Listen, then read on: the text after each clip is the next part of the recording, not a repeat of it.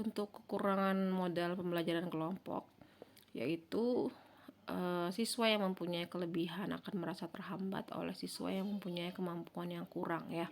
Jadi akibat keadaan seperti ini dapat mengganggu iklim kerjasama dalam kelompok. Maksudnya gimana? Maksudnya gini, jika misalnya nih dalam satu kelompok itu ada siswa yang katakanlah daya tangkapnya itu lemah gitu ya, atau mungkin dia punya gangguan konsentrasi gitu, yang pada akhirnya tuh akan berpengaruh besar terhadap anggota kelompok yang lain ya, sehingga juga ketika ini yang namanya kerja sama tim yang diutamakan, maka itu pasti akan berpengaruh besar terhadap hasil dari tim itu. Itu yang maksudnya dapat mengganggu iklim kerjasama dalam kelompok. Kemudian yang kedua, jikalau pembelajaran sesama siswa itu dirasa tidak efektif bila dibandingkan dengan pembelajaran langsung dari guru. Bisa terjadi ya hal kayak gini gitu untuk pembelajaran kelompok ini. Sehingga cara belajar yang demikian ini kadang juga sulit dipahami oleh para siswa ya. Mereka juga sulit untuk saling memahami gitu, sehingga memang perlu guru untuk bisa membantu pemahaman mereka. Kemudian keberhasilan pembelajaran kooperatif ini dalam upaya mengembangkan kesadaran kelompok itu memerlukan periode waktu yang cukup panjang, dan ini tidak mungkin dicapai hanya dalam waktu satu atau beberapa kali penerapan strategi ya. Apalagi dalam situasi kelompok itu kan mungkin anak-anak perlu beradaptasi juga ya dengan teman-teman yang lain seperti itu. Kita masuk ke model pembelajaran area atau minat. Nah, model pembelajaran berdasarkan area atau minat ini lebih menekankan minat anak ya, dimana anak itu akan diberi kesempatan untuk memilih atau melakukan kegiatan sendiri sesuai dengan minatnya. Model ini sesuai ya sebenarnya dengan kurikulum PAUD 2013 yang lebih memberikan kesempatan kepada anak didik untuk memilih atau melakukan kegiatan sendiri sesuai dengan apa yang diinginkannya atau apa yang disukainya gitu. Dan ini dirancang untuk memenuhi kebutuhan-kebutuhan spesifik anak dan menghormati keberagaman budaya serta menekankan pengalaman belajar bagi setiap anak, yang mana pilihan-pilihan kegiatan pada pembelajaran area ini sangat penting dilakukan gitu.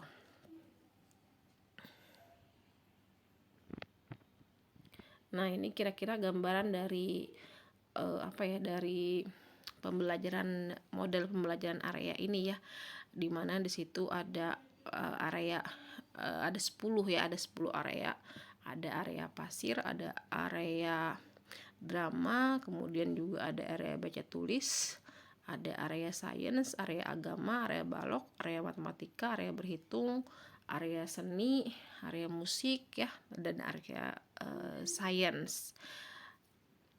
Nah, di dalam pembelajaran ini orang tua atau anggota keluarga itu dilibatkan secara sukarela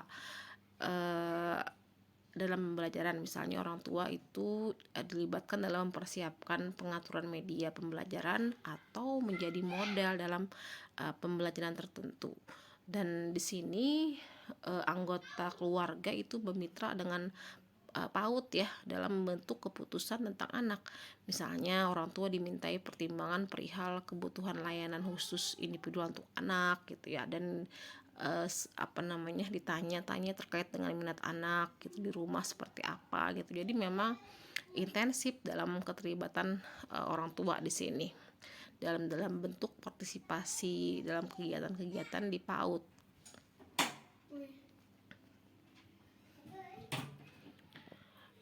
Dalam menciptakan lingkungan dan bahan ajar yang menunjang pembelajaran ini, pendidik itu mendasarkan diri pada pengetahuan yang dimiliki tentang perkembangan anak. Selain itu, dalam menyusun pembelajaran area ini pendidik memperhatikan keunikan masing-masing anak, menghargai kelebihan-kelebihan yang juga dimiliki oleh anak dan kebutuhan setiap anak, serta menjaga keingintahuan alami yang dimiliki anak dan mendukung pembelajaran bersama. Nah, kelebihan dari model pembelajaran area ini adalah kebebasan minat anak didik untuk bermain sesuatu yang mereka inginkan tanpa adanya tekanan yang berarti ya. Karena mereka bebas untuk milih area apa aja yang mereka sukai dalam proses pembelajaran. Kemudian juga hampir tidak ada batasan atau tekanan dalam pendekatan ini. Jika guru mampu memfasilitasi setiap permainan yang diminati anak didik, mereka akan memperoleh pengalaman belajar yang mendalam atas permainan yang dipilihnya tersebut ya.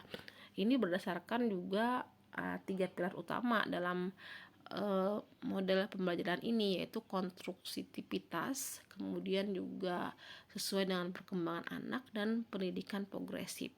Pengertian dari konstruktivitisme ini meyakini bahwa pembelajaran terjadi pada anak itu dia berusaha memahami dunia di sekelilingnya.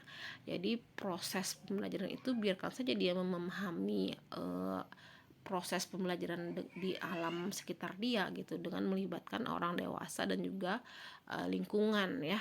Kemudian sesuai dengan perkembangan dia juga gitu ya. Permainan diatur itu kan sesuai dengan perkembangan anak gitu, dan setiap anak berkembang melalui tahapan-tahapan yang berbeda-beda. Namun pada saat yang sama, setiap anak itu juga adalah makhluk individu dan mereka masing-masing punya keunikan gitu. Jadi dengan demikian, dalam model ini pendidik itu harus mencermati dan menyimak perbedaan antara keterampilan, minat tertentu dari anak-anak yang berusia sama.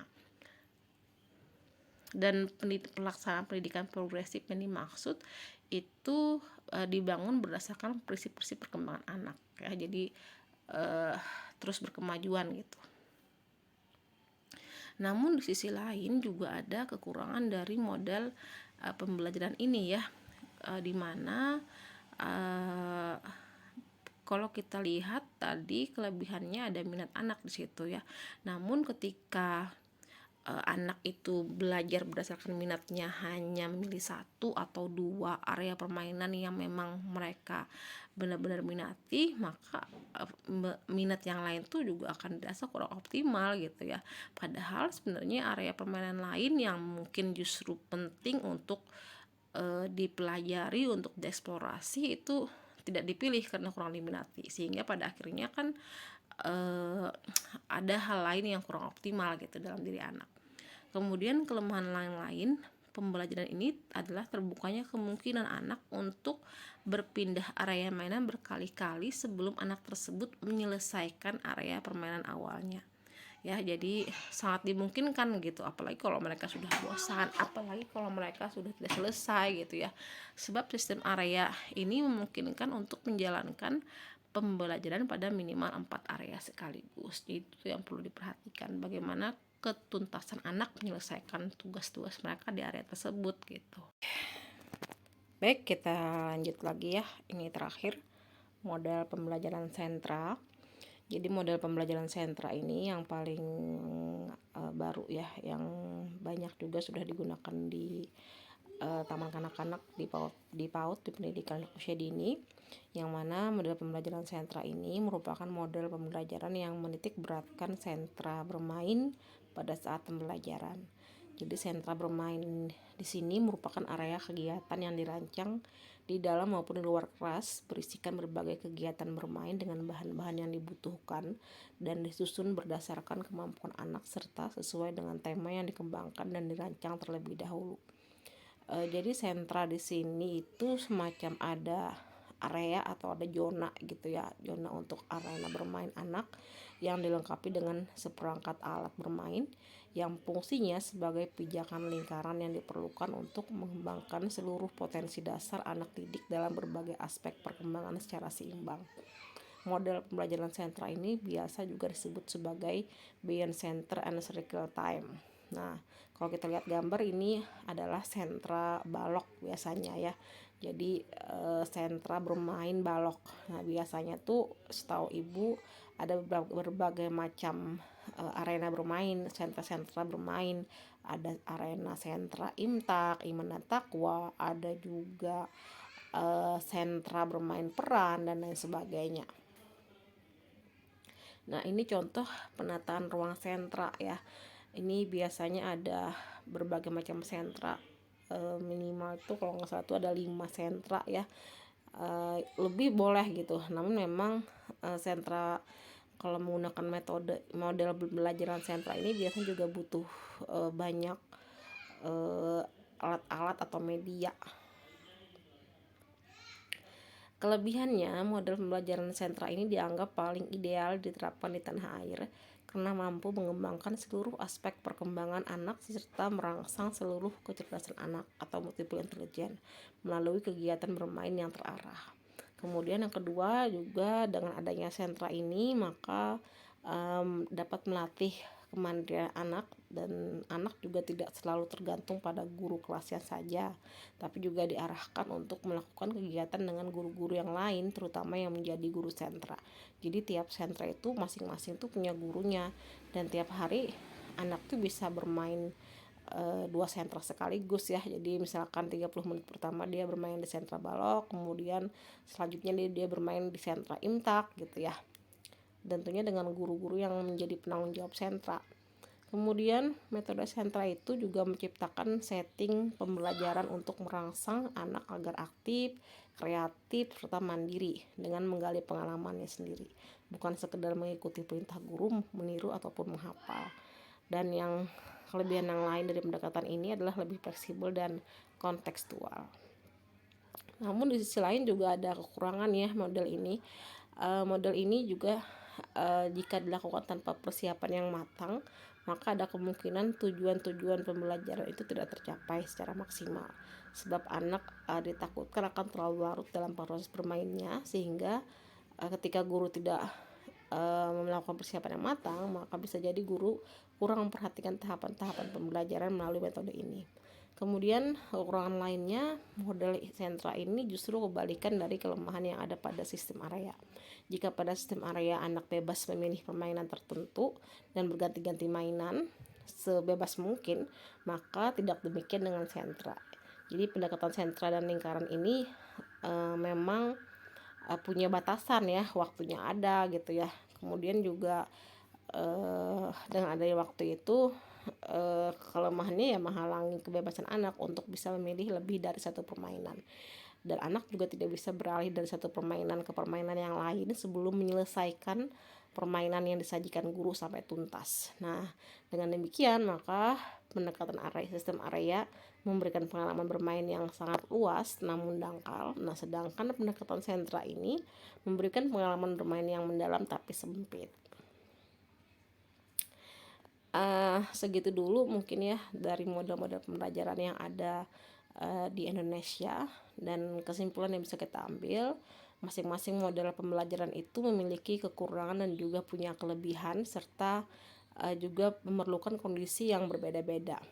Jadi sebab itu guru dapat memilih model pembelajaran yang akan digunakan dengan mempertimbangkan kemampuan yang dimiliki, kemudian juga sarana dan prasarana yang tersedia serta faktor pendukung lainnya. Jadi juga kita juga nggak bisa memaksakan untuk bisa menggunakan model pembelajaran sentra ya, sedangkan sarana dan prasarana tidak tersedia, itu akan sulit untuk bisa menjalankan model pembelajaran ini, atau model pembelajaran area gitu atau sudut gitu ya, itu juga agak sulit ketika tidak punya sarana atau prasarana yang memadai. Jadi disesuaikan dengan kebutuhan dan juga melihat faktor-faktor yang mendukung sehingga kita bisa menerapkan model pembelajaran yang tepat. Dimodifikasi, dikombinasi juga boleh ya sebenarnya model pembelajaran ini. Baik, demikian materi model pembelajaran. Terima kasih. Wassalamualaikum warahmatullahi wabarakatuh.